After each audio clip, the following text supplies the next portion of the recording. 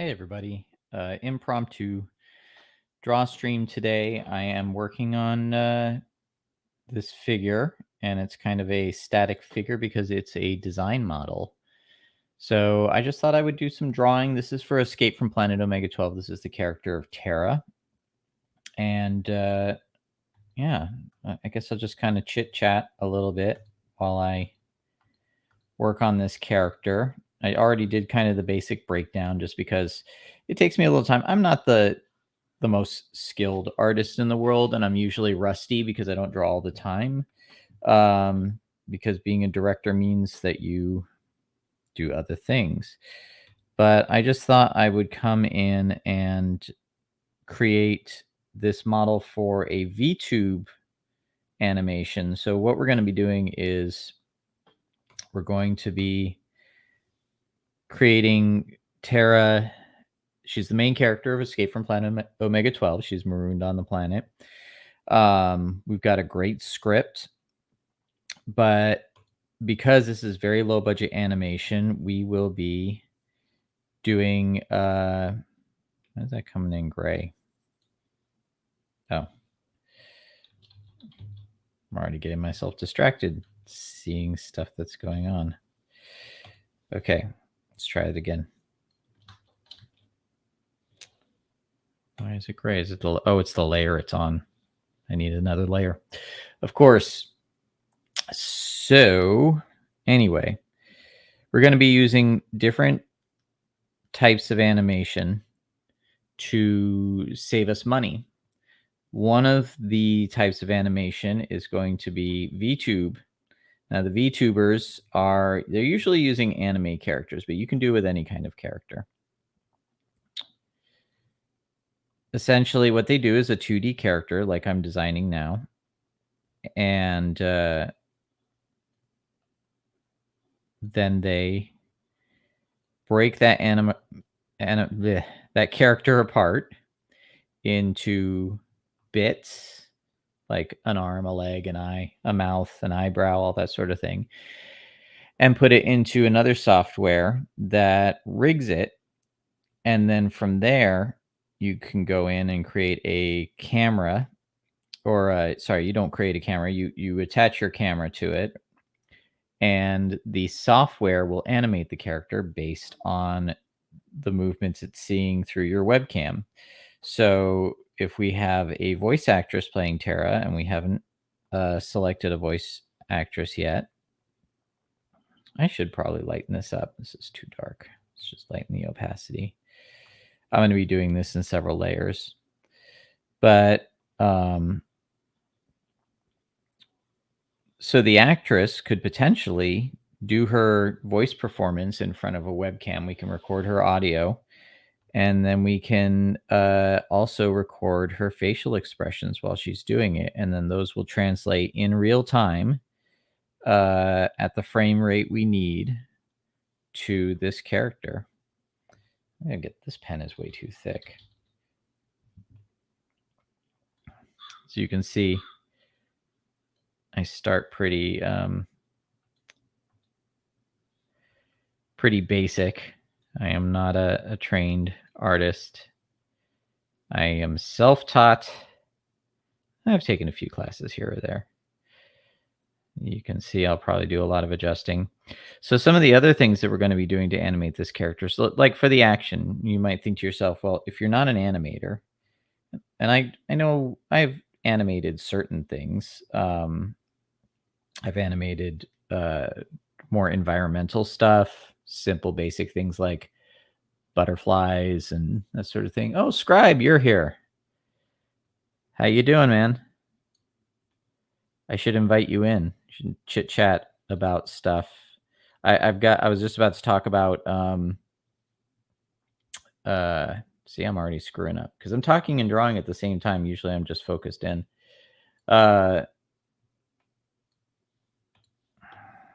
Oops. Why did that do? Oh, I get too easily distracted. Because there's been a lot of discussion about one of the technologies that I'm going to be using, which is AI technology. I'm not going to be using AI to actually create the characters. I'm going to be using it to animate. So that's the next one for the action sequences. Oh, stop that. Yes, like many people, I yell at my tablet. Let's see.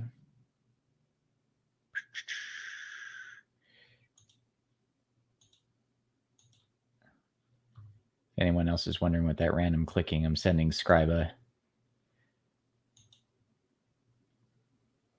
a message invite, which you are free to decline if you're just popping into Wave, but it's in the Twitter.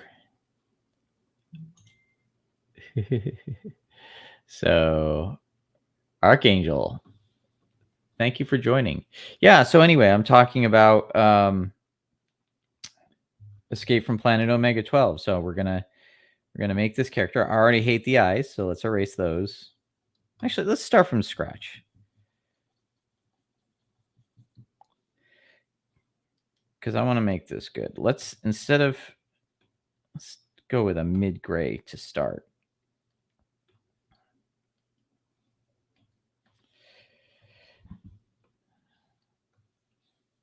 So we're going to draw Tera. She's going to be like an After Effects model. She's going to be broken up into parts. And then we're going to have her animate in real time using VTube technology. Now, VTube is usually used for live streamers. It's usually girls who like to have anime avatars. They don't want to be seen on... they don't want to show their own face on their stream. They'd rather have a cute character. And, you know, that's cool. I actually really think that that's awesome. And I love internet. You know, people can be a different personality and keep their anonymity. And then they can do and say whatever they want and have it be the character. So these are basic shapes to start, you know. Nothing too fancy. And I'm going to be really loose and scribbly because it's Photoshop. So anyway, the VTube technology, yeah, it captures performances in real time, which is why people are able to live stream with it. And, you know, maybe I'll do that in the future as I get more old and bald and fat. Don't want to show my face. Greetings, Martin. Nice to see you here. So I'm doing very basic building on this structure for the moment. And then Tera, this should be easy. I mean, I'm drawing a nude character. I guess I'll have to bring it to a stop sometime before that, because the idea, you know, YouTube, terms of services and all that stuff. But the idea being that we're going to create the VTube model. She's going to come in, you know, we're going to do real-time performances. We're going to record it, and then we're going to put it in the environment. And then we're going to, I will hand animate clothing on her. So instead of having just that weird kind of fluid VTube technology look to it. Now that's because it plays at 60. Where's my voice going?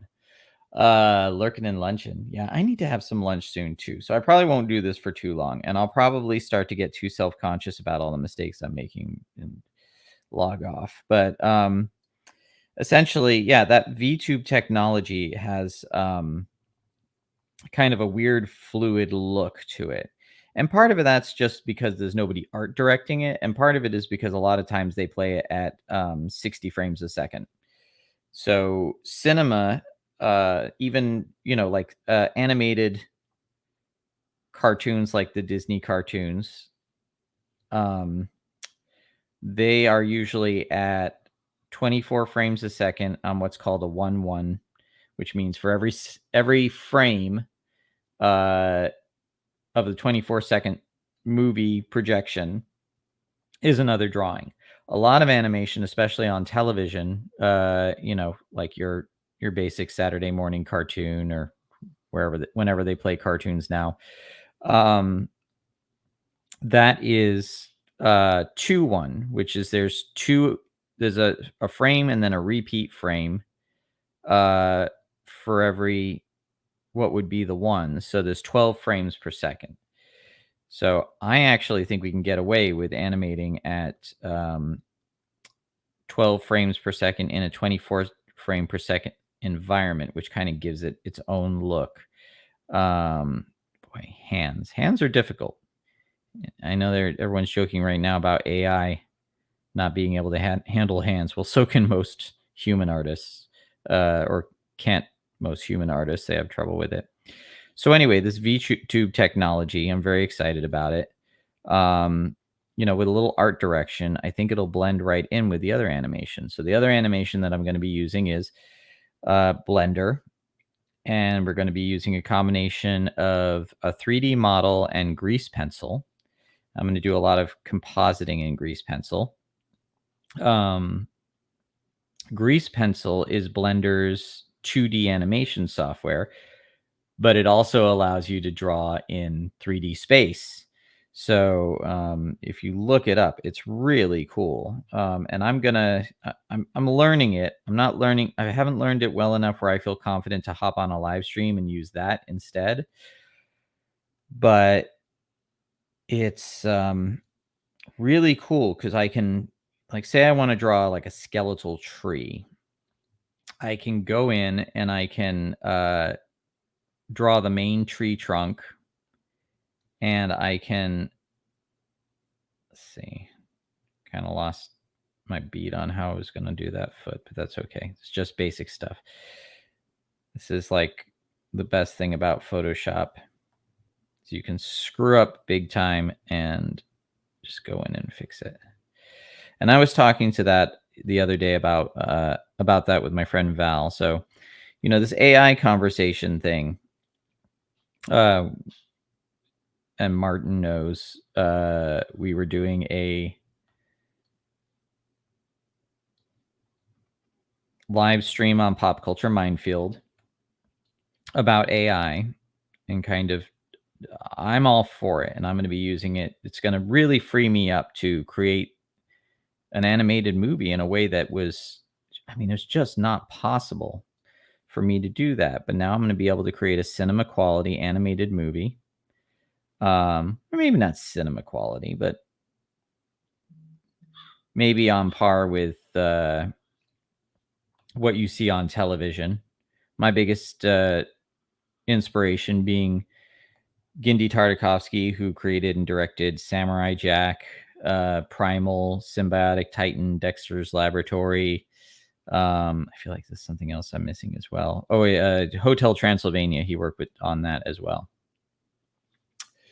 So, but anyway, using the VTube technology, using Blender, using grease pencil, and using AI-driven motion capture, I'm going to be able to create full animation where the characters move and talk and are in action scenes, and potentially I can do it all by myself. Probably going to be hiring another animator to help out, like a lead animator, because really my skill set, oops, that didn't look good. As you can see, my drawing skill set is not super great. Especially when it comes to, if it wasn't for Photoshop, I would already have erased this and cursed and thrown it out. But now here's something that I'm just going to sketch this through. I should start doing these parts on different layers, because we're going to break these up and turn them into a VTube character, which means I might have to redo the hands to fit that. I've been doing tutorials on how to create your VTube character, and I'm kind of, this might not be the product that we use. Okay, so got the form, very basic form. My face looks ridiculous. I'm going to start working on that face. Hi, Keith. Thanks for dropping in. watching me draw terrible pictures. And speaking of drawing terrible pictures, let's start to really work on this. I'm trying to draw a beautiful woman, and I think I ended up drawing One Punch Man.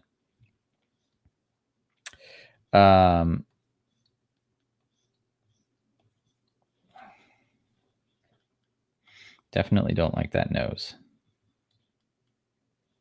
See where I put the facial proportions at. So the nose should probably go a little higher. But yeah, we'll probably end up hiring a going on a search for a dancer. You know, I'm talking like probably a classical trained dancer. No, thank you, Keith. Someone who has the energy to do moves like, you know, running, jumping, crouching down, kind of, you know, like a pantomime, so that we can motion capture the performance. Boy, that nose is terrible. But I'm already judging myself. Like I said, I should just keep it loose. She needs a cuter nose. And then we motion capture that performance, and then we can do things like, you know, we can make the hands and the feet and the facial expressions do different things. Yeah, I think I'm just taking this too seriously. Let's go on to another layer and just go for straight black. Kind of get the cartoonness of this character. I think I put the eyes in the wrong place.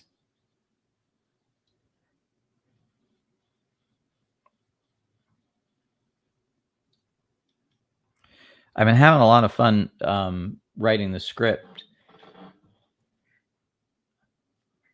Oh, Kristen Colebrook, thank you for joining. I had no idea I would get this many people on here. I actually thought I'd just be talking to myself for a little bit and then log off. So I'm kind of excited you're all here. So where was I? Oh yeah, I've been having fun writing the script, and I've been writing it in kind of a little bit of an unusual way, because I am a big fan of animation in terms of, you know, episodes and that episodic format.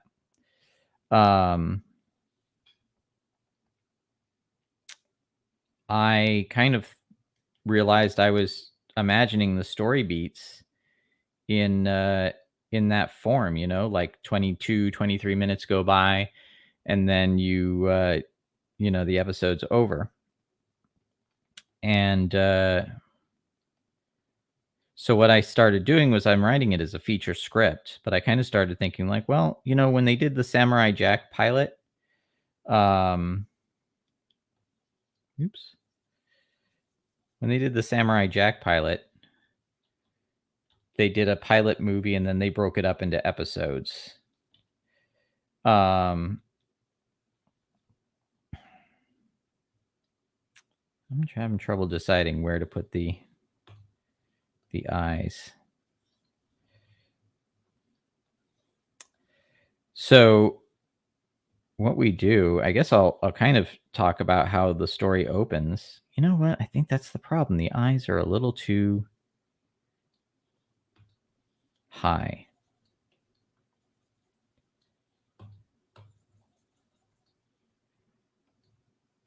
Oh.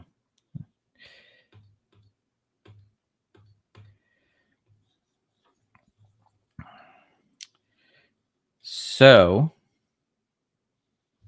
anyway, yeah, I think that works. So I open the story very, very fast paced. It opens right on the inciting incident, which is to say that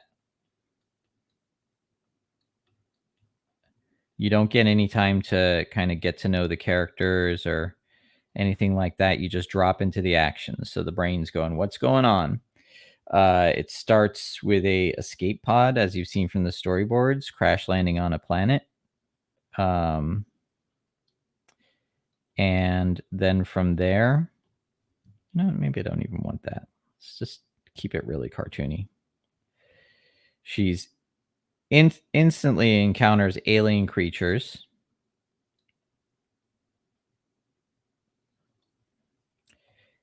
And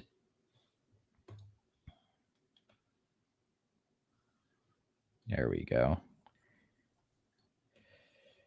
And just all sorts of cool stuff happens. We've got killer drones. We got robots. We've got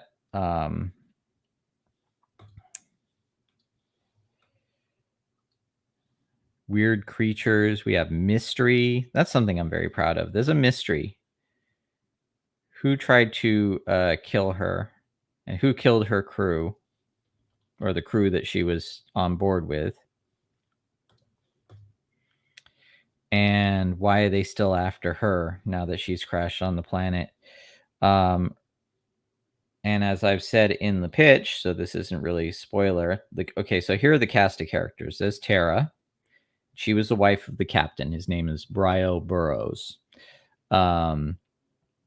And she's not an experienced privateer. This is a privateer exploration ship.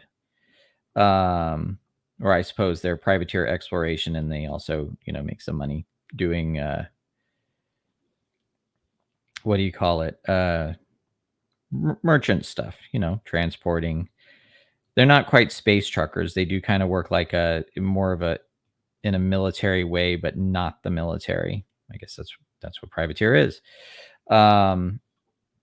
So, I was drawing on the wrong layer. I'm always drawing on the wrong layer. That's okay. We're just working things out right now. Let's just keep going. So she is on board the ship with her husband, and then something happens, and everybody is killed but her. But she does manage to get the body, or she does, before her husband dies, she does manage to get him onto the escape pod with her. And then from there, it's not quite a feminine looking ear. We'll keep working on it. From there, her husband dies and is absorbed by a creature on the planet, which it's a gelatinous creature, and it starts to mold itself into a semi-human form. And from there, will I get in trouble if I just start actually painting in the nude form? Maybe. I don't know. I'll just kind of keep modifying this. From there, it starts to imitate her husband. And you find that it is a creature that has no consciousness until it comes in contact with something that it absorbs, and then it emulates perfectly the brain patterns. So this could actually be kind of a metaphor for what artificial intelligence does. And come to think of it, I have a lot of stories that I've written that touch on artificial intelligence. This is also a story about family. Stormy the cat's here. She's going to jump in my lap and chew on my thumb while I'm trying to draw. They're trying to have a baby, but unsuccessfully. She's not pregnant yet, but her husband dies before that. So she's really driven by, character-wise, she's driven by her desire to be a mother, or her instinct to be a mother. And she engages the planet in that way based on that. See, here's a little something that becomes a problem. Is while I'm drawing is I don't have that good of an instinct for symmetry. But Anyway, she looks kind of angry. Sorry, you'd be angry too if you're marooned on an alien planet. So just to kind of give a sense, by the way, of the VTube character is going to be bald.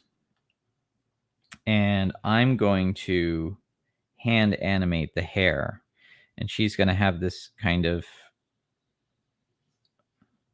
Let's do that again.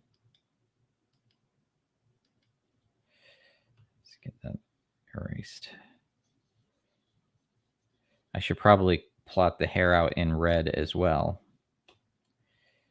Or maybe another color, but a lightened color. I did this before. So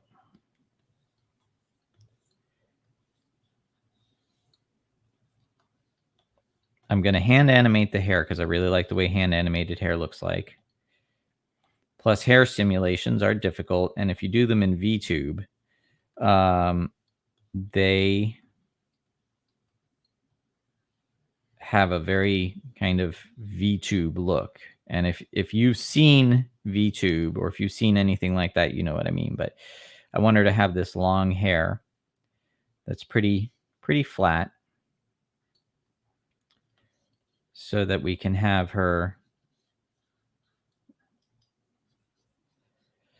We can take that kind of VTube 2D look and we can add something to it that will... It's going to have very long hair. Maybe not this long. Maybe we'll shorten it to about here. I'm not sure.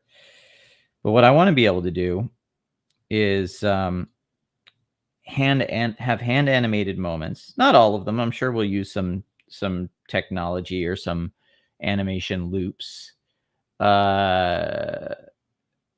the X parasite from Metroid Fusion. Let's click that. I have not played Metroid since I was in elementary school. So I don't know what that is. I was kind of inspired. You know, I got to thinking about this particular story. And by the way, but I want to be able to do kind of... Let's see. Just before I get on the subject of the thing that absorbs her husband, I want to be able to do things like this with the animation, where we can kind of do these stylized hair things. And this, I can actually say, I was inspired by Dave McKean, who is a comic book cover artist. He did the Sandman, the original Sandman covers, and he did this very stylized hair, and I thought it was just wonderful. And then later on in animation, I saw... while watching, because I have two girls, so I watched a lot of My Little Pony, and I was really impressed with how they animated the hair of Princess Celestia. She kind of, no matter what, her hair was always blowing in some like magical wind, even if there wasn't any wind, and none of the other characters had hair that was reacting to it. And I think her sister was that way too. I forget what her sister is, but she was kind of the goth version of Princess Celestia. So anyway, I got the idea for this story after watching Prometheus, and I just thought to myself, you know, ever since H.R. Giger, who is one of my very favorite artists, everybody just kind of has gone for the Giger aesthetic, this kind of drab... Well, Giger's not drab. Giger's very evocative, and his work is beautiful, but everyone just sees kind of like the monotone. Do this. Let me just kind of in the background for now do a quick fill of a kind of a skin tone. It's a bit too yellow. Let's see. Let's find a good skin tone. Need to get a little warmer, I think.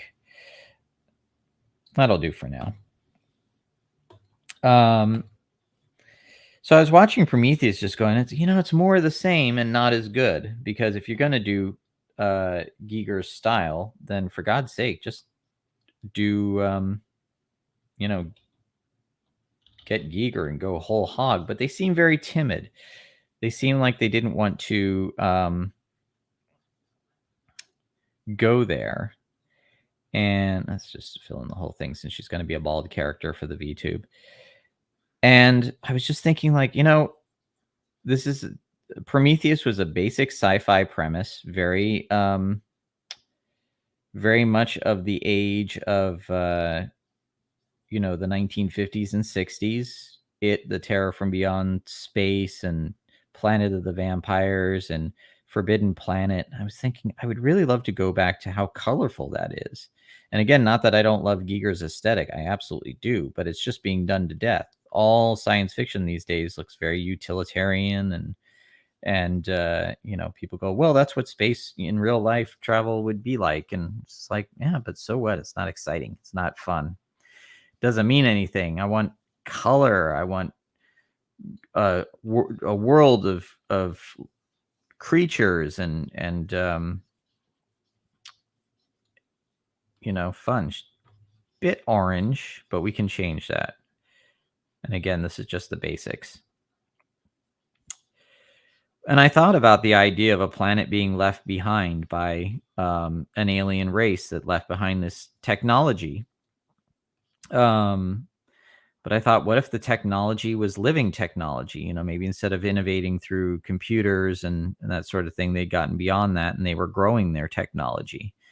And for some reason, they left it behind. And instead of human beings just being destroyed by it, something more interesting happens. And so Escape from Planet Omega-12 was born.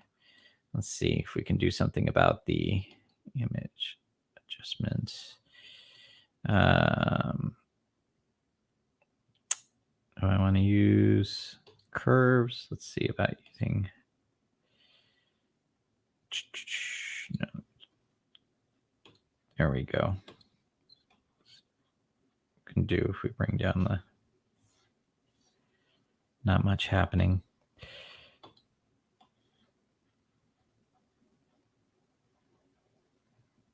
There we go. No, she's really pale, but that's better. So I didn't know about Metroid. And but of course I was also thinking about other stuff like The Thing, Thing from Another World, John Carpenter's The Thing,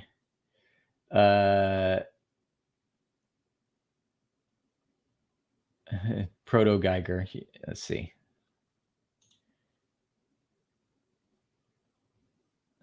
Yeah, I mean the whole history of that they came up with for Prometheus just blew. It just seems so drab. Yeah, they had an accidental release of their own bioweapon. I don't know. It just seemed like Ridley Scott was going, let's subvert expectations by doing the most mundane, obvious explanation of everything that happened. I love the idea originally that the space jockey was just something so, to coin a phrase, alien that it was beyond our comprehension. So to just be like, oh no, it's us. And by the way, chariots of the god, they created us, blah, blah, blah. It's like, oh, geez, it's so tiresome. I felt burned out. I felt tired after seeing that movie. There were some good things about it. I love the MedPod scene. That was really rad. And again, I'm just scribbling in for the sake of expediency here. I'll keep refining this. But anyway, for me, I thought, let's do something that's got real mystery and some romance behind it too. Even though her husband's dead in my story, there's still a facsimile of her husband, and it has all the same motivation as her husband did, in the sense that it feels the love he felt for her. It feels the need to protect her. And she is not, again, I'm not going to have this character just, I've heard the complaints. She's not going to be good at everything. She's not even going to be good at anything. She's going to have to learn. And this, this blob that she is at first not going to be happy about it assuming the identity of her husband, it being an imitation. But she has to reconcile, she has to concede that she needs it to survive, or she's just gonna die. And when you see this animated movie, you realize too that there are so many unusual, weird things that can happen to her on this planet. Um, in terms of, the chemistry. Uh, uh, Martin says he detests the sequel. I do too. I only like Alien and Aliens. Um, but anyway, so like I said, we're gonna draw the clothes on her. So let's do that, and then I'll wrap it up soon because so she's gonna have this. Let's delete this. This is actually going to be kind of an homage to Sigourney Weaver's outfit in the first movie when she's getting dressed or undressed for her trip back home. Let's see if we can do a quick fill. There we go. Like I said, I'm just roughing this.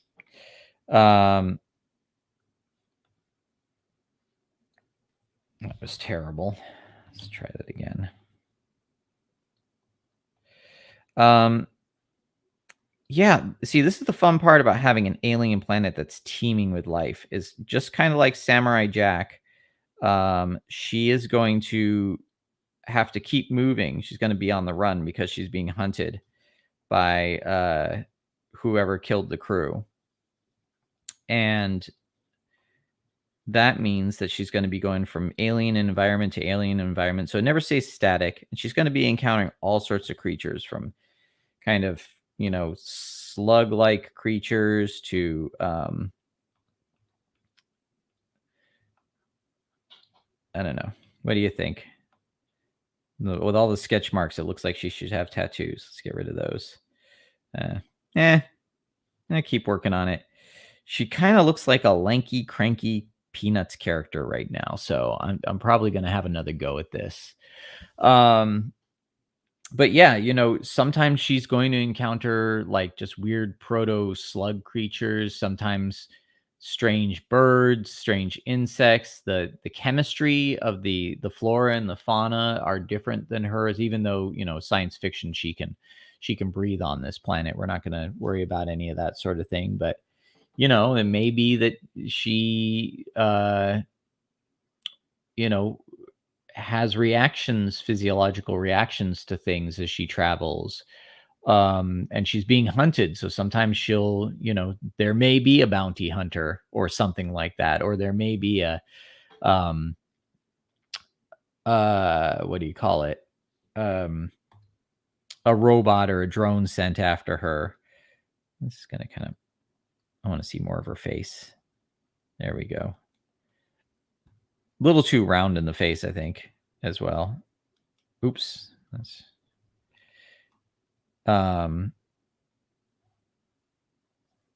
anyway, I'll keep working at it.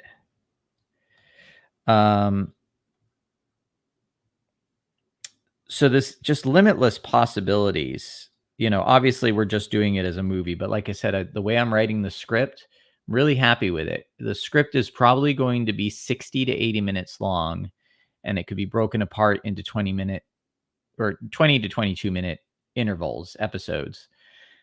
And the first one is her landing on the planet and all the crazy, being attacked and all the crazy stuff that happens when you first land on a planet. The second one is going to be the journey to another location for a reason I won't give away yet.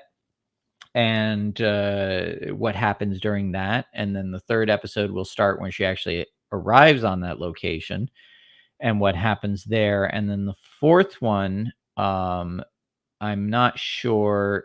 I have several ideas about what I want to do. Probably it's going to be a bit more about who's hunting her and why. But anyway, yeah, she just looks cranky. She's mad that I'm doing such a bad job drawing her. But yeah, again, robots, alien wildlife, maybe bounty hunters.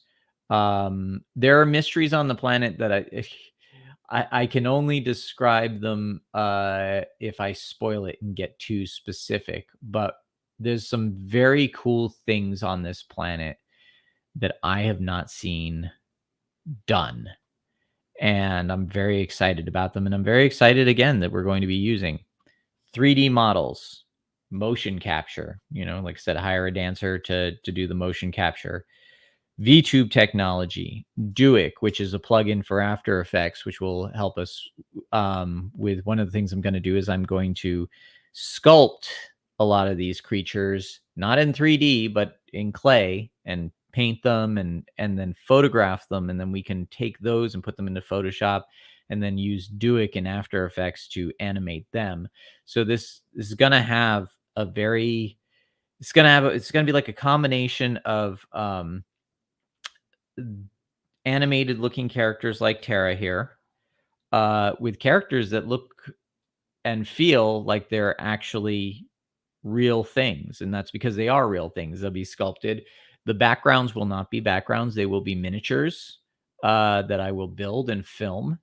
So it's just going to be this blend of all these different techniques, which are going to require me being, really applying my wheelhouse, which is art direction, to all of it to make it all blend together and have a unique look that's not going to look like, a CGI animated movie. It's not going to have that Pixar look or look like,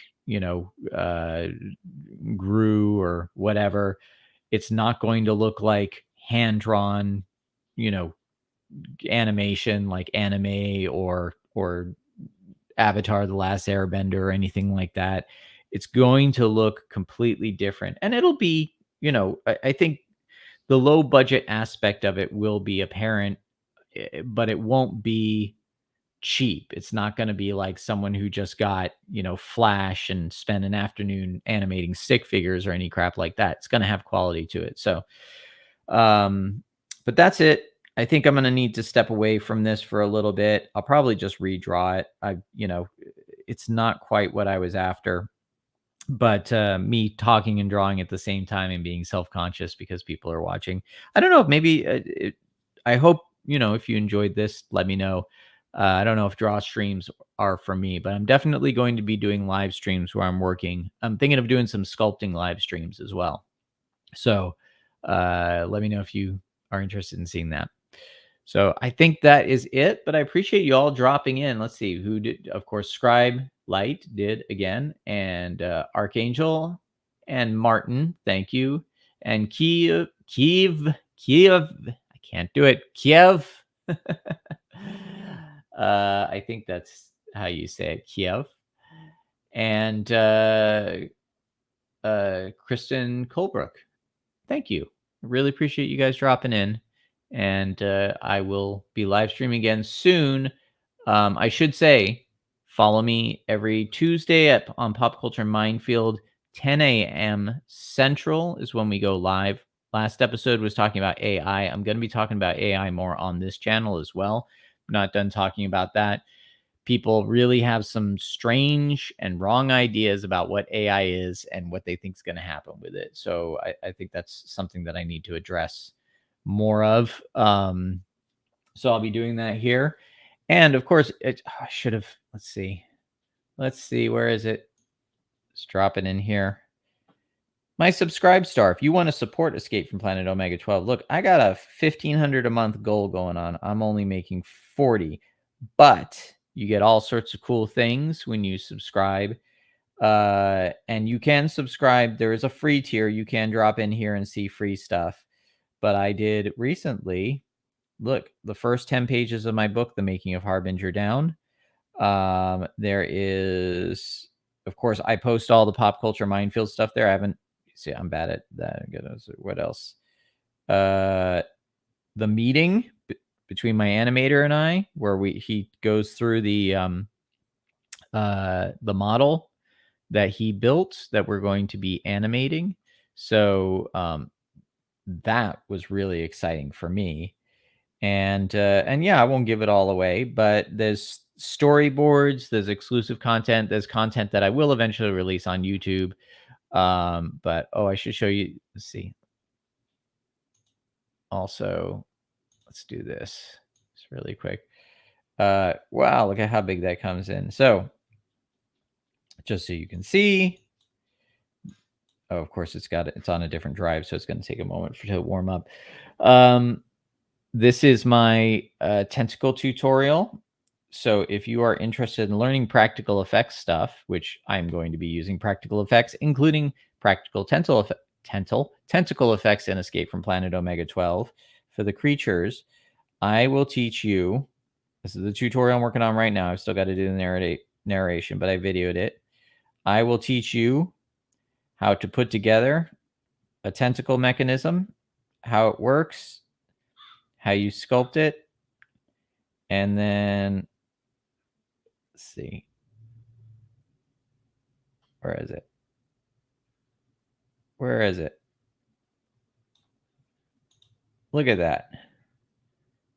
That's cool. So if you want to learn how to do that, it's going to be on my Subscribe Star first. I should do a preview video of that. And if you want to see kind of, this is weird. This is my friend Brent. He was the test model. We did some makeup on him and applied the tentacles to him. So